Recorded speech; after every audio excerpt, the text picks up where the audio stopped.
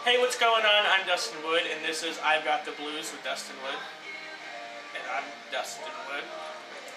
And I'm Lizzie Fitzgerald, not Dustin Wood. She is not, and she does not have blues. I mean, she might be sad, I don't know, but... I like to sing blues. Okay, she likes to sing... Okay, so she's Elizabeth, and she likes to sing the blues. Makes sense, full circle. We planned that. Okay, so... I've been getting a lot of questions and stuff from you guys about relationships and love, and I'm the absolute last person you should be asking about that because I'm horrible at it and I know nothing about it. So I brought something with a vagina to help you guys with that. So here is the vagina.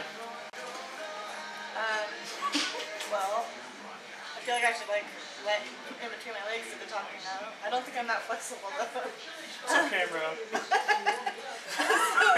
Wow. Anyway, well, you know, I'm kind of a chronic relationship failure. That's okay, which means I have dating experience. So the dating game is my playground, although I hate calling it a game because relationships should not be games. It's pretty stupid in my book. Does it bother you when people say all females play games? Yes. Just like how guys say, don't hate the player, hate the game. It's like, no, I'm gonna hate the player. I say that all the time. Well, it's ghetto, you shouldn't. I never say that.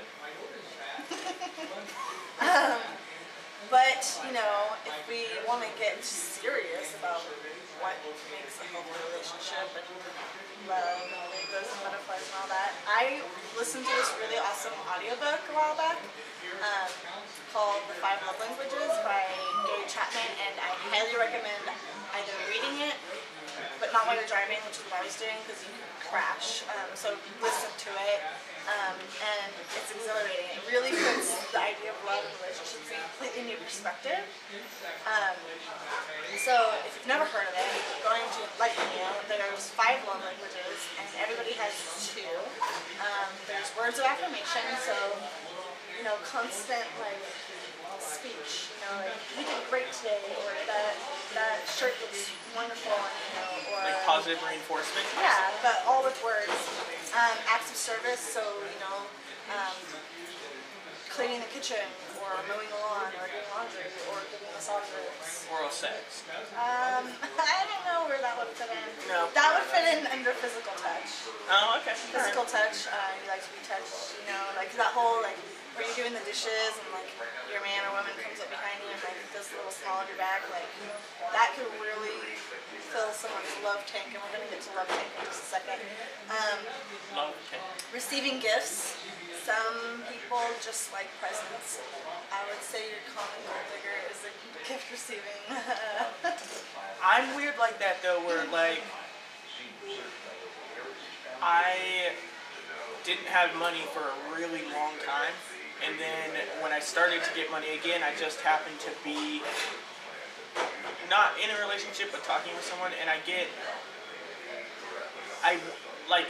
no longer wanted to spend anything on me. I wanted to, like, buy them stuff, not to keep them around, but just because I knew it would make them happy. Right. And it wasn't even, like, stuff that they, like, mentioned or asked for, but it'd be like, oh, so-and-so likes this person and they're on a t-shirt. I should buy this for them. So I totally... Is it the same thing if the guy likes... To give? Give the gifts? That makes sense if that is one of your love languages. So, and we're going to touch on that in just a second. Quality time is another one. You can sit in silence for hours and still feel loved just because you're spending quality time with the other person. And then, of course, physical touch. So, when I say love tank, I kind of think about how each person has a car and they have their gas tank, right? A Ferrari needs a specific type of gas, whereas my little Chevy Cobalt needs cheap gas, you know, so, and your love tank is filled by your partner or your friend. It doesn't even just have to do with romantic relationships, just any relationships in general. Filling your love tank with the right fuel. So you like to give gifts, and maybe that's because you like to receive gifts, but let me tell you, if you give a gift to somebody whose main love language is quality time, yeah, yeah, they'll appreciate it, I'm sure, but if that's all you do and you don't give them quality time, their love tank is going to get empty, and they won't feel loved, and eventually the relationship will fall apart. So it's a really neat concept. I really like it. It's changed a lot of relationships for me, personal, professional, and romantic. And I try to keep that in mind, and I like to share it too with people because it's not widely known, and I think it's pretty brilliant. The love tank.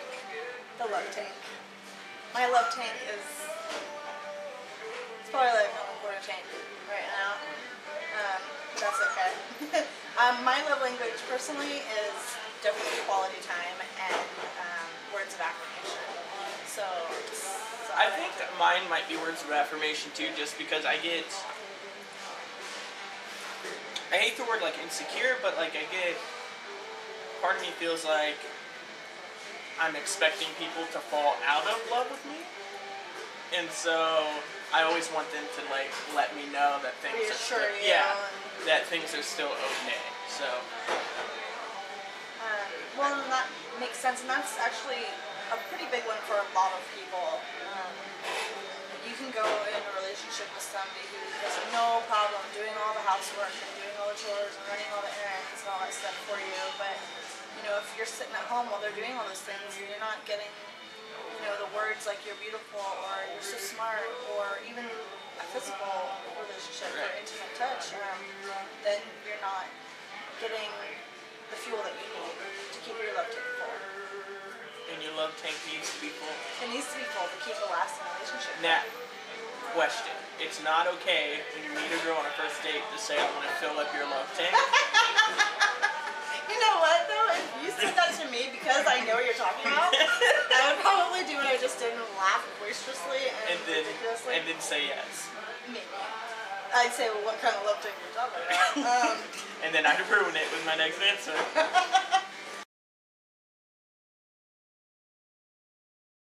I read this quote by Muhammad Gandhi that said, where there is love, there is life. And over the last couple years, I've made it a huge point in my life to be and do as much great things as possible.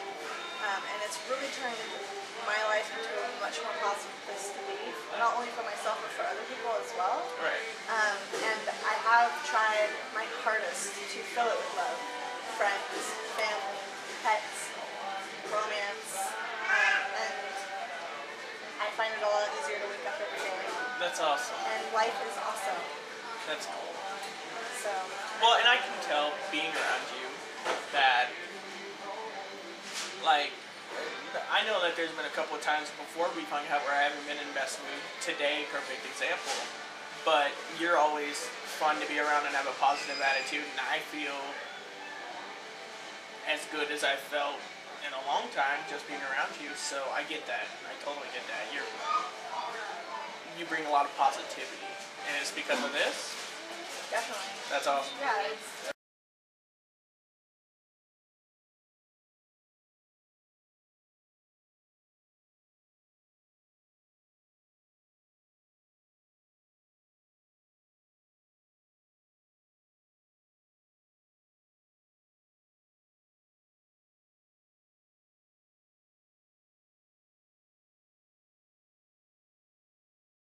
Guys, you were about to witness We're going to try to fall in love right two now. people fall in love over a set of questions and awkwardly staring at each other. Yeah. Which was basically a date with me in high school, so I think I've got a head up in this. I'm excited. So, do you want to go first? Yeah. Okay. Do I have to, because I have to read it, and then after I read it, do I stare at you? Or just ask be like questions? having a regular conversation, but just, you know, keeping eye contact. Actually, I freak people out when I go on dates with them for the first time because I stare at them so intensely. Not because I'm trying to make them fall in love with me, but I think that good eye contact is really important in conversation, and it's good for communication. So it scares people. In fact, I'm pretty sure you said, "Why do you stare at me like that?" So I've seen me. I know why you're staring at me. Okay, whatever. Oh, note, the reason why it sounds like a daycare in here is because we're in McDonald's. We couldn't find anywhere else to film. Okay. Question number one. And you can pick whichever one you want. Oh, okay. Before making a telephone call, do you ever rehearse what you're going to say? Why? And, oh, I thought there was more. Never mind. Do I rehearse? Yeah, what you're going to say. Depending on who I'm talking to. If I make a business phone call, heck yeah, because I don't want to sound like a lemon. Right. Which is 1902 Oklahoma lingo for stupid ass. If I'm calling to argue with someone, oh, you better know I have that thing, that conversation like documented. Like cue cards? I'm probably reading a letter. Oh, yeah. That's 9 pages and color coded. I've done that, by the way, and it really helped me keep on track. Wow. Do you have a secret hunch about how you will die? This blog's called "I've Got the Blues" with Dustin Wood. Yeah. Yes. So is that a secret though? No, I always did say though, and because I had to deal with like the concept of death, I guess. Hi. You're on camera now. No. Oh, I'm sorry. It's okay.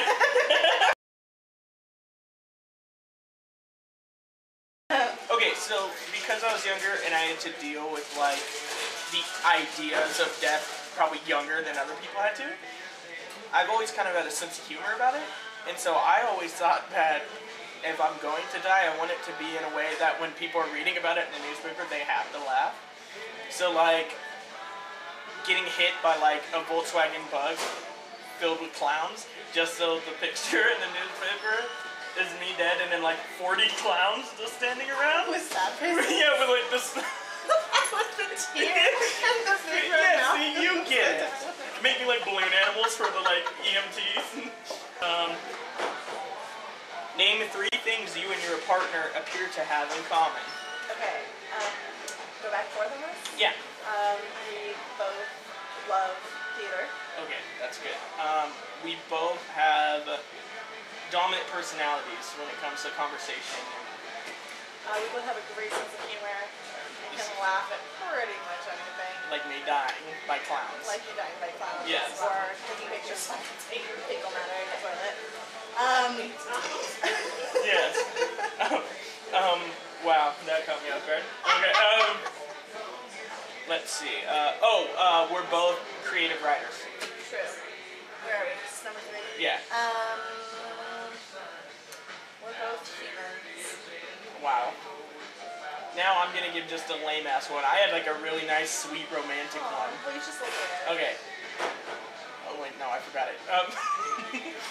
I got it. We both, more than anything, want to be in one of those relationships in the type of love where you don't have to go out and you just want to stay at home, watch a DVD, and cuddle. I like that one. Can I try again since my last one was stupid? Okay. Okay. Hold on, let me think about it. So you have to think, this relationship is not going well. Complete the sentence. I wish I had someone with whom I could share. So go ahead and say that and Okay. just throw something. I wish I had someone with whom I could share my love of pro wrestling with. No girl I've been with has ever liked pro wrestling. Like, they won't get into it. And it's something that, I guess it's a little bit like a soap opera where the first time you watch it, you're like, what is this train wreck? But if you watch it more, it's fun.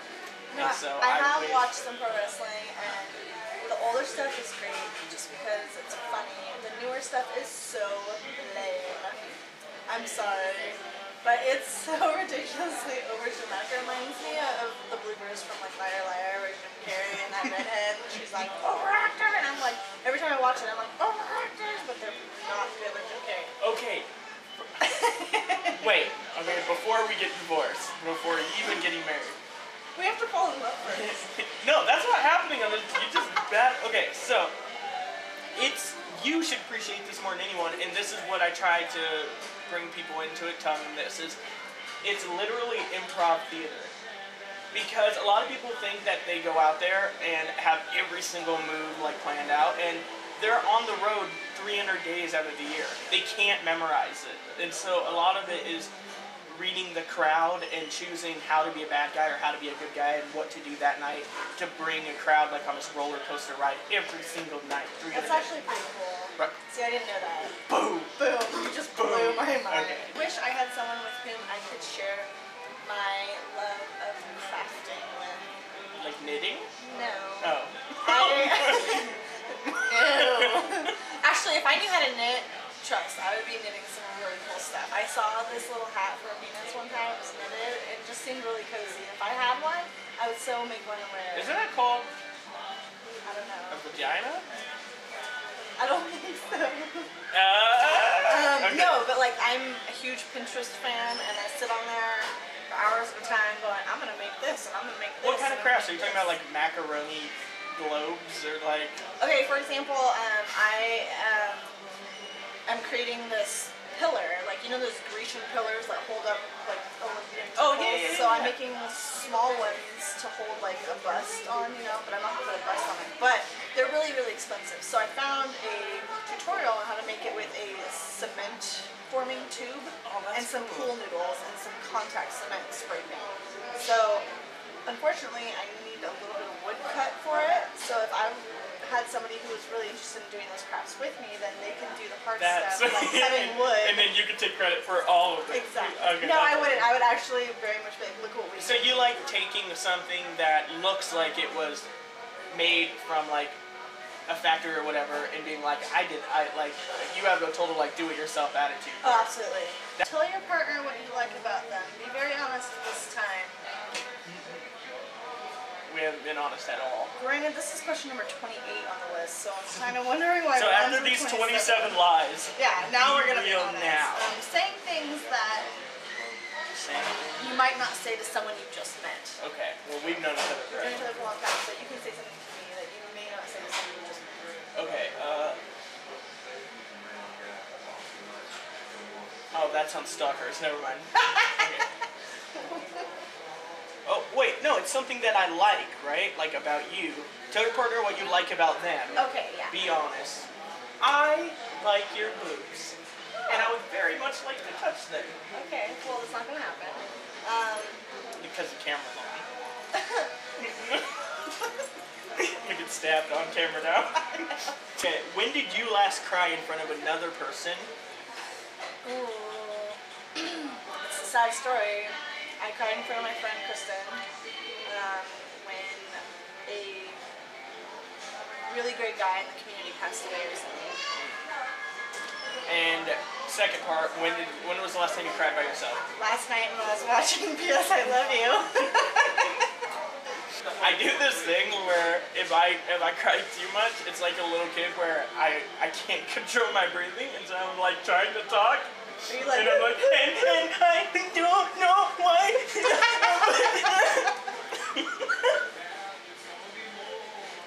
So my cry face looks like I'm in pain. Yeah, mine looks like I'm And pooping. like I'm smiling. So I'm Whoa, smiling. Like, okay, so like I smile, so I smile, and then I cry. It's the same, the mouth stays the same, it's just the eyebrows and eyes. That would throw like a first date off so bad. And like, So what am I supposed to do? Try staring at each other for 4 minutes. Okay. Okay, ready? Ready? Ready, set, go.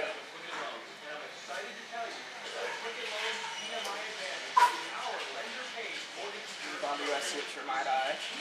No, it's like kind of one down too. Please roll her up for this. You're welcome. Thank God.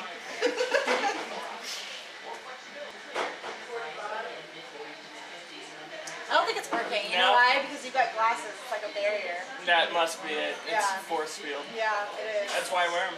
Yeah, I can see fine. That's why you wear them. Yeah. Your eyes have been shunned. So as you can see, this bullshit doesn't work. It does not work. Alright.